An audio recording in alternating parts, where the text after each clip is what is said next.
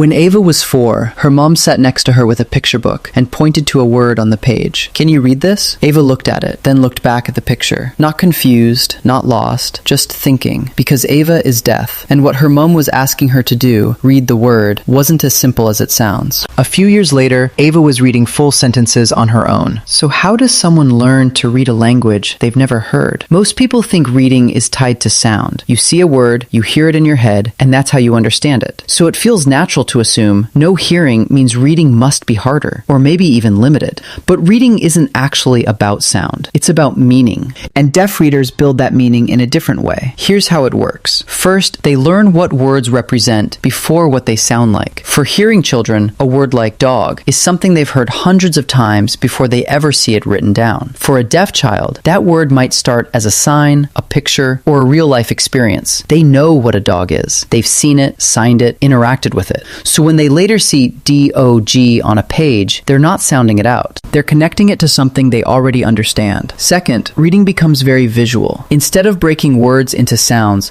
many deaf readers recognize whole words, patterns, and sentence structures. They pay close attention to how words look, where they appear in a sentence, and what fits based on context. It's less about how does this sound, and more about what makes sense here. Over time, that builds fluency. Third, context does a lot of the heavy lifting. If a sentence says, "She put on her coat because it was," a hearing reader might sound out the last word. A deaf reader is more likely to use context. Cold, rainy, windy. They narrow it down based on meaning, not sound. And that skill, using context, is something many deaf readers become very strong at. Fourth, reading is often taught more directly. Hearing children pick up a lot of language just by overhearing conversations. Deaf children don't have that same access, so vocabulary, grammar, and sentence structure are often taught more explicitly, not assumed, explained. And that can actually lead to a deeper awareness of how language works. Now, if you're supporting someone who is deaf, or just want to understand this better, here are a few simple tips. 1. Focus on meaning first. Make sure the word connects to something real, an object, an action, an experience. 2. Use visuals as much as possible. Pictures, gestures, sign language, real-life examples. These all strengthen understanding. 3. Don't rely only on sounding things out. Phonics can help in some cases, especially if there's partial hearing, but it's not the main pathway for many deaf learners. And 4. Be patient with the process. Reading might develop differently, but that doesn't mean it won't become strong. It just means the brain is taking a different route.